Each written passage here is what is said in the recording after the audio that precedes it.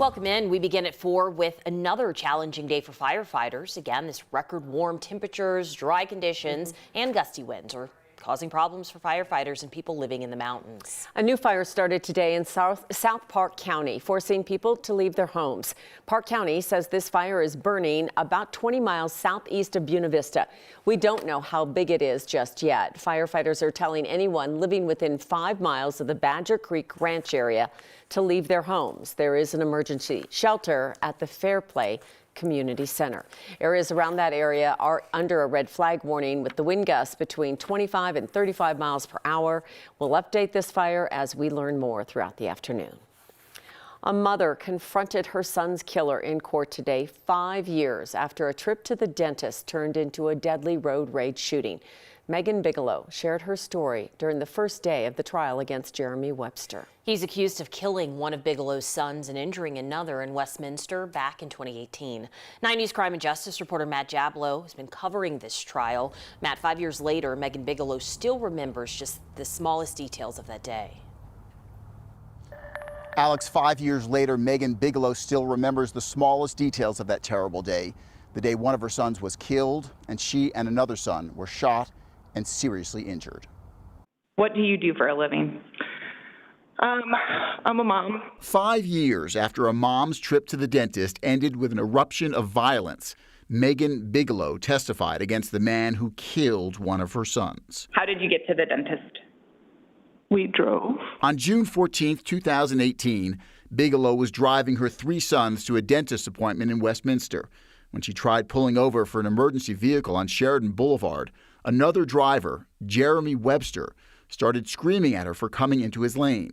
Bigelow says Webster then followed her to her dentist parking lot, got out of his car, screamed at her some more, and pulled out a gun. And I yelled to the boys, "He's got a gun, run." And then,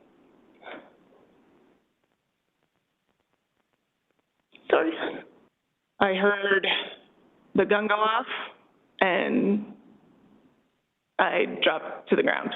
I was shot again in the head. And I remember thinking, are you kidding me? I'm already down. Prosecutors say after shooting Bigelow, Webster then shot 2 of Bigelow's sons. Her youngest, 7-year-old Asa, was seriously injured but survived. Her oldest son, 13-year-old Vaughn Jr., was killed. On the witness stand, Bigelow remembered him as a boy filled with love and life. Energetic, always smiled. He was empathetic too. Gave good hugs. Webster has pleaded not guilty by reason of insanity, but during their opening statement today, prosecutors strongly pushed back, saying Webster was entirely sane when he committed these crimes. Interestingly, the defense chose not to make an opening statement. Alex? Just heart-wrenching to hear that firsthand account from Megan. Matt, thank you for following this for us. Colorado State Patrol is looking for the driver of a red Dodge Magnum. They say that driver hit and killed a 16-year-old girl near Commerce City last night. This happened about 7:45 at the intersection of East 76th Avenue and Leiden Lane in Adams County, just outside Monaco Elementary School. Family of the victim identified her as Carolyn Kincaid. She was walking in the crosswalk when the driver hit her. Stephanie Velasquez witnessed that crash, and she told us she attempted to give CPR. She says she wishes drivers were more careful, especially given the area is a school zone. And slow down. There's nowhere that you need to be this fast. They're children, and it's really sad that the adults let her down. Stephanie says she and other neighbors are petitioning to get speed bumps in that area. Investigators say the fire that killed one person and sent another to the hospital was human caused, but they don't know if this was an accident or maybe something suspicious. The fire started early Saturday morning at the Ivy Crossing apartment complex right off Quebec and Iliff. One person died in this. 3 people went to the hospital, 1 with critical injuries. Firefighters say the flames trapped people inside and that some had to jump to safety. South Metro has not called this arson yet. They say that they have not determined the intent. Firefighters responded to another fire at this complex on March 1st, 2022. It was also human-caused. South Metro says they don't know if these two are related in any way. They are asking anybody who maybe knows something about this to call the number on your screen for a possible reward. We mentioned the fire danger a few minutes ago. Crews are still battling the Rampart fire burning in Teller County. As of now, that fire is 20 acres with 0% containment. Fire crews have been spending most of today putting out hot spots. Given the heavy fuels and dense trees burning, the smoke is likely going to be visible for most of the day.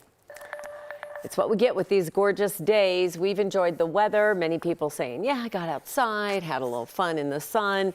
And then we forget about how dry we are, Kathy, and just a little bit of wind in so many areas. Exactly right. Really dangerous. Kim, the entire Front Range and Eastern Plains now under a red flag warning through tomorrow because we're anticipating that the winds will be increasing and could gust to 40 miles per hour ahead of a Pacific storm that'll be here in about 24 hours. That will offer some cooler weather and maybe some beneficial rain to the area.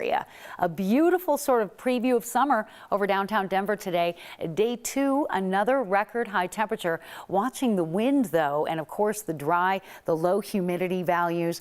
But temperatures today running about 20 degrees milder than average. We broke the record of 79, so far topping out at 83 down here. In the high country, the temperatures are very warm as well, and we're starting to see some snow melt on some of the hillsides there. 94 in Lamar this hour, 82 in Denver. Again, our high today was 83. Temperatures in the mountains, 62 in Steamboat, 61 Gunnison, 52 in Telluride. Another record, that 83 degrees eclipses the old record of 79 that was set back in 2018. Winds, as I mentioned, starting to ramp up out of the southwest, and because of that, a red flag warning extended across all of eastern Colorado into Nebraska and Kansas. Humidity values hovering around 7%. Now you're noticing there's kind of this little train or channel of tropical moisture that's coming up. There's a little bit of rain in there. Getting it on the ground is going to be a whole different story. And I think all of that cloud cover is going to move over Denver tomorrow. So we're going to call it an overcast day, perhaps a windy day with not the beneficial rain that we need until Friday. So Futurecast does show an increase in cloud cover, but a dry evening. Temperatures in the 80s are going to drop down into the 60s after sunset. Coming up in Maine weather, record high today and again tomorrow. We're tracking a Friday storm and a chance for beneficial rain. We'll time it all out for you in Maine weather in just a few minutes. Kathy, thanks. The city of Denver wants to expand green space to make the city more resilient to climate change, but they say this has been challenging as the state continues to warm.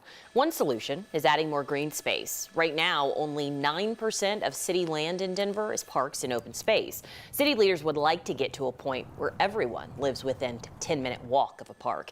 That requires the city's Parks and Rec department to snap up more land to be set aside for green space. But it has competition with Denver's ever-popular real estate. Denver has passed ordinances to get developers to incorporate more green space into their new builds. Voters also passed a 1/4-cent sales tax in 2019, bringing in about $40 million annually for the Parks and Rec department. Valor High School grad Anna Hall is one of the most accomplished track and field athletes right now. And while she keeps winning medals and setting records, she still faces criticism online. She posted a video on TikTok Saturday telling people to stop telling female athletes that they look like men. The 22-year-old cited her desire to win an Olympic medal one day. She says she needs to look strong in order to do so. But she says that necessity to gain muscle can be conflicting for many women. Female athletes that go through enough of their own body image issues, not wanting to get muscular, needing to be muscular, too big, too small, there's enough of it. And I just don't need to be told in a response to a high jump video I tweeted that girls don't have legs like that, she looks like a dude, I can't tell what gender she, just shut up. I agree. First of all, she looks amazing and very strong. That's what I'm saying. I'm excuse the utter confusion on my face, because not only is she drop dead gorgeous, but that's besides the point. Can we get rid of just commenting on women's bodies, period? In any way, exactly. Especially this, where it makes this woman strong. She's going to be an Olympian one day, that's for sure. This is pretty gross. But I'm glad she did it. Yeah, that's true. Yeah. Got to call the haters out. Call them out. But enough. That's really? Gross. Seriously, get a life. Get a life. Yeah, unacceptable. April is National Donate Life Month, celebrating organ donors and their recipients. After the break, we'll meet a kidney donor who's proving you can still be an athlete after donating a part of your body. The Denver Auto Show is officially underway. We'll give you a sneak peek at one of the new models being shown off this week.